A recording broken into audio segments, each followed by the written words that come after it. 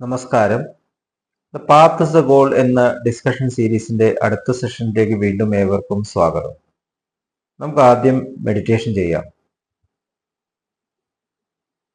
കണ്ണുകൾ അടച്ച് ശാന്തമായിരിക്കൂ.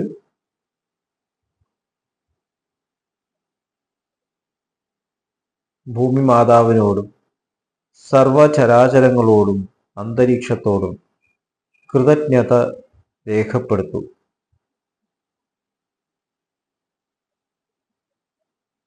ഭൂമി മാതാവിൽ നിന്നുമുള്ള ഹീലിംഗ് എനർജി കാലുകളിലൂടെ പ്രവേശിച്ച് ശരീരം മുഴുവൻ വ്യാപിക്കുന്നതായും ശരീരത്തിലെ എല്ലാ ഭാഗങ്ങളെയും എല്ലാ കോശങ്ങളെയും റിലാക്സ് ചെയ്യാൻ സഹായിക്കുന്നതായും അനുഭവിക്കൂ.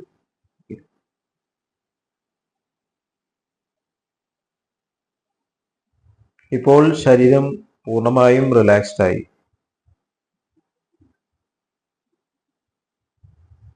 ഈ റിലാക്സേഷൻ ഹൃദയത്തിൽ അനുഭവിക്കൂ. ശ്വാസം ദീർഘമായി ഉള്ളിലേക്ക് എടുക്കൂ. ഹൃദയത്തിൽ സ്നേഹം നിറയുന്നതായി അനുഭവിക്കൂ. ശ്വാസം പുറത്തേക്ക് വിടുമ്പോൾ സ്നേഹം പ്രപഞ്ചം മുഴുവൻ വ്യാപിക്കുന്നതായും അനുഭവിക്കൂ.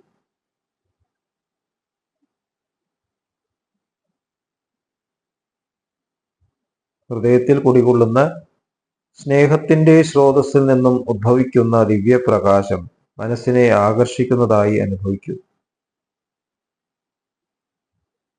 ആ ദിവ്യപ്രകാശത്തിൽ ധ്യാനം ആരംഭിക്കൂ. മനസ്സിൽ ചിന്തകൾ വരുന്നുണ്ടെങ്കിൽ മൃദുവായി അവയെ അവഗണിക്കുക. ദിവ്യപ്രകാശത്തിൽ ധ്യാനം തുടരുക. Please start meditation.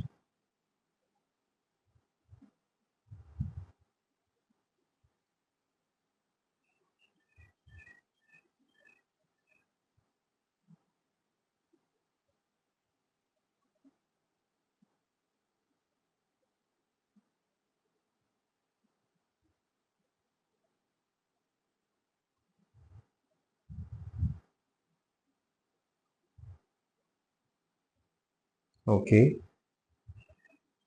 ആ കണ്ടീഷൻ ഹൃദയത്തിൽ നിലനിർത്തി പതുക്കെ കണ്ണുകൾ തുറക്കൂ.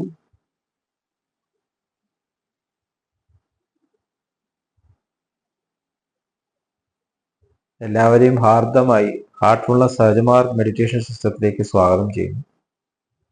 എങ്ങനെ ജോയിൻ ചെയ്യാം എന്നത് ഡിസ്ക്രിപ്ഷൻ ബോക്സിൽ കൊടുത്തിട്ടുണ്ട്. നമ്മളിപ്പോ സഹജമാർഗത്തിന്റെ ആദി ഗുരുവായ ലാലാജി മഹാരാജ് നമുക്ക് തന്നിട്ടുള്ള പ്രിൻസിപ്പിൾസ് ഓഫ് കോൺവെർസേഷൻ അത് മനസ്സിലാക്കാനും അത് ജീവിതത്തിൽ പ്രാവർത്തികമാക്കാനും ശ്രമിച്ചുകൊണ്ടിരിക്കുകയാണ്. നമ്മുടെ സംഭാഷണം എന്ന് പറയുന്നത് നമ്മുടെ ചിന്തകളുടെ മാനിഫെസ്റ്റേഷനാണ്.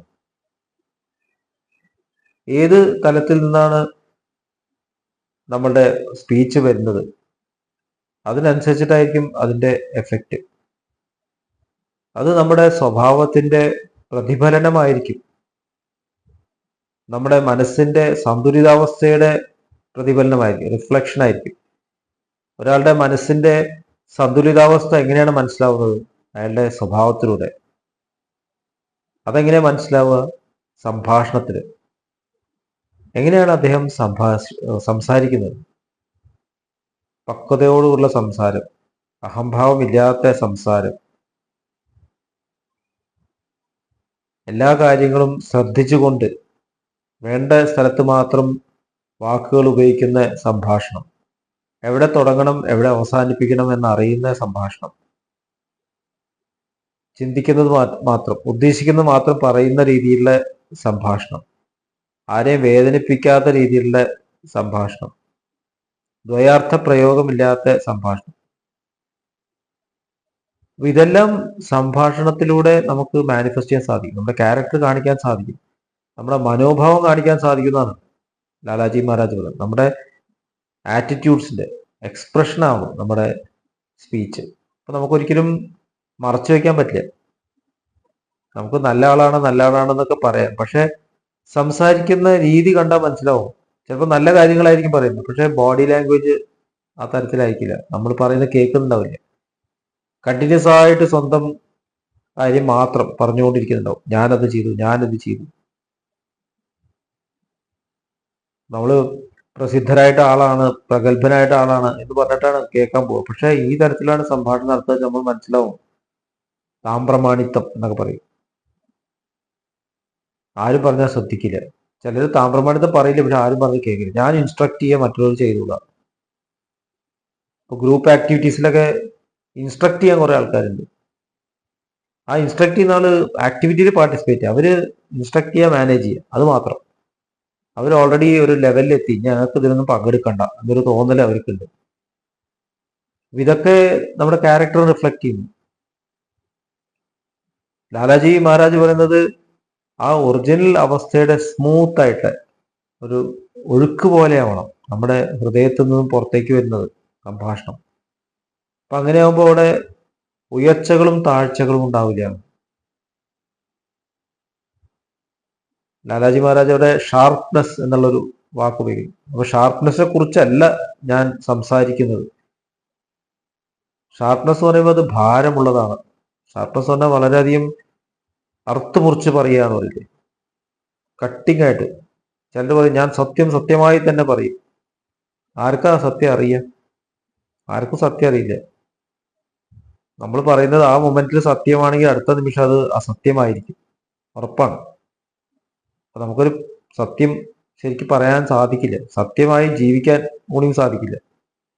സത്യം ഈശ്വരനാണ്, അത് മാനിഫെസ്റ്റ് ചെയ്യാനാണ് നമ്മൾ ശ്രമിച്ചുകൊണ്ടിരിക്കുന്നത്. മഹാത്മാഗാന്ധി സത്യാന്വേഷണ പരീക്ഷണങ്ങൾ എന്നുള്ള ഗ്രന്ഥം എഴുതിയിട്ടുണ്ട്. സത്യമായി മാറാനുള്ള ശ്രമമാണ്. നമ്മളെല്ലാം റിലേറ്റീവ് ട്രൂത്ത്സിലാണ് ജീവിക്കുന്നത്, അദ്ദേഹം പല പ്രാവശ്യം പറഞ്ഞിട്ടുണ്ട്, ആപേക്ഷിക സത്യങ്ങൾ. അതുകൊണ്ട് നമ്മൾ വേദനിപ്പിക്കുന്ന രീതിയിൽ അറുത്തുമുറിച്ച് പറയുമ്പോൾ, ഷാർപ്പായിട്ട് പറയുമ്പോൾ അത് നമ്മുടെ ഈഗോയാണ് കാണിക്കുന്നത്. ഞാൻ പറയുന്നതാണ് ശരി എന്നുള്ള ഒരു അർത്ഥം അവിടെ വരുന്നു അറിയാതെ തന്നെ. അപ്പൊ ഷാർപ്നെസ്സിനെ കുറിച്ചല്ല ഞാൻ പറയുന്നത് എന്ന് ലാലാജി മഹാരാജ്, ഷാർപ്നെസ് പാടുകയില്ല എന്നാണ് പറഞ്ഞത്. അങ്ങനെ ഒരു ഇതന്നെ പാടില്ല, വേദനിപ്പിക്കാൻ പാടില്ല, ഉയർച്ചയും താഴ്ചയും തന്നെ പാടില്ല, അപ്സ് ആൻഡ് ഡൗൺസ് പാടില്ല. ഇങ്ങനെ അങ്ങനെ സംസാരിക്കുക. Harmonious descent of the divine അങ്ങനെ ആവണമെന്നാണ്. അപ്പോൾ ലാലാജി മഹാരാജ് പറയുന്നത് ഒരു ഗുരുവിന്റെ കൃപയുണ്ടെങ്കിൽ ഇത് സാധിക്കുന്നു, by the grace of a guru. അപ്പൊ നമുക്കൊരു ലിവിങ് ഗുരു ആവശ്യമാണ്.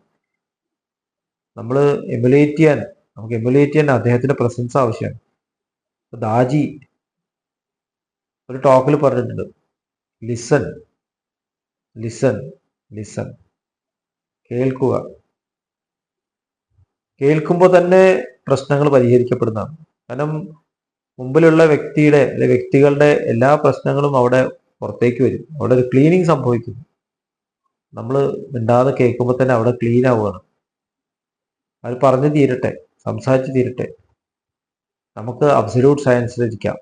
അബ്സല്യൂട്ട് സയൻസ് ഇരിക്കുമ്പോൾ സ്നേഹത്തിലിരിക്കാന്നാണ്. നമ്മുടെ ഉള്ളിൽ മറുപടി പറയാനുള്ള ആ ഒരു പ്രക്രിയ നടന്നുകൊണ്ടിരിക്കുന്നുണ്ടെങ്കിൽ അതിനെ സൈലൻസ് പറയാൻ സാധിക്കില്ല. ഇവർ പറയുന്നതൊക്കെ കേൾക്കുമ്പോൾ ഞാൻ മുൻവിധിയോട് കൂടിയിട്ട് എന്താണ് ഇതിന് ഉത്തരം പറയേണ്ടത് എന്ന് പറഞ്ഞ് മിണ്ടാണ്ടിരിക്കുക. ഞാൻ എല്ലാം പറഞ്ഞു കേട്ടു, ഞാൻ പറയാൻ ഉദ്ദേശിച്ച് ഞാൻ പറയാം, അപ്പൊ ഉദ്ദേശിച്ച് കഴിഞ്ഞ് പറയാം. ഉദ്ദേശങ്ങളൊന്നും ഇല്ലാതിരിക്കുക. എനിക്കറിയില്ല എന്താണ് ഇതെന്ന് പുറത്തേക്ക് വരണത്, ഈ ഒരു ഡിസ്കഷൻ പുറത്തേക്ക് വരുന്നത് അറിയില്ല, കാരണം ഈശ്വരന് മാത്രമേ വരുന്നു എന്നുള്ള ആ ഒരു മുൻവിധികൾ കൂടാതെ ഒരു ഇരിക്കാനുള്ളൊരു കഴിവ് നമ്മളെ എം ടി ചെയ്യുക. അതാണ് ദാജി പറഞ്ഞത്, നമ്മളെ വാക്വമൈസ്ഡ് ആക്കാം. നമുക്ക് ക്ലീനിങ് ചെയ്യാം, മെഡിറ്റേറ്റീവ് സ്റ്റേറ്റിലിരിക്കാം, സെൻറ്റേർഡ് ആയിട്ടിരിക്കാം, എന്നിട്ട് മാസ്റ്ററിലേക്ക് കണക്ട് ചെയ്ത് അവിടെ ഇരിക്കുക. പറയുന്ന ആൾ പറയട്ടെ. അപ്പൊ അതാണ് സംഭാഷണത്തിന്റെ ഏറ്റവും പ്രധാനപ്പെട്ട സൈലൻസ്. ഇപ്പൊ താജി പറയുന്നത് സൈലന്റും ലിസണും രണ്ടും ഒരേ ആൽഫബറ്റ്സ് ആണ്. അത് നിങ്ങൾക്കൊരു വളരെ വലിയൊരു സൂചന അല്ലേ എന്ന് ചോദിക്കുന്നത്. ലിസൺ ചെയ്തുകൊണ്ടിരിക്കുമ്പോൾ നമ്മൾ സൈലൻസിൽ ഇരിക്കുമ്പോൾ നമ്മൾ സ്നേഹത്തിന്റെ ഭാഷയിലാണ് ഇരിക്കുന്നത്. അപ്പോൾ ആ സ്നേഹത്തിന്റെ ഭാഷ നമ്മൾ കൈമാറിക്കൊണ്ടിരിക്കുകയാണ്. സൈലന്റ് ആയിട്ടിരിക്കുമ്പോൾ ഒന്നും ചെയ്യുന്നില്ല എന്ന് പറയാൻ സാധിക്കില്ല. സൈലന്റ് ആയിട്ടിരിക്കുമ്പോൾ നമ്മൾ സ്നേഹം കൈമാറിക്കൊണ്ടിരിക്കുകയാണ്. നമ്മൾ അവിടെ ഇല്ല, അവിടെ ഈശ്വരൻ പ്രസൻസ് അവിടെ ഇങ്ങനെ ഒഴുകിക്കൊണ്ടിരിക്കുകയാണ്. നമ്മൾ അനുവദിച്ചു കൊടുക്കണം അദ്ദേഹത്തിനെ ഒഴുകാൻ. പ്രകാശം വന്നുകൊണ്ടിരിക്കുകയാണ്. ഞാനവിടെ ഒരു അന്ധകാരാണ്.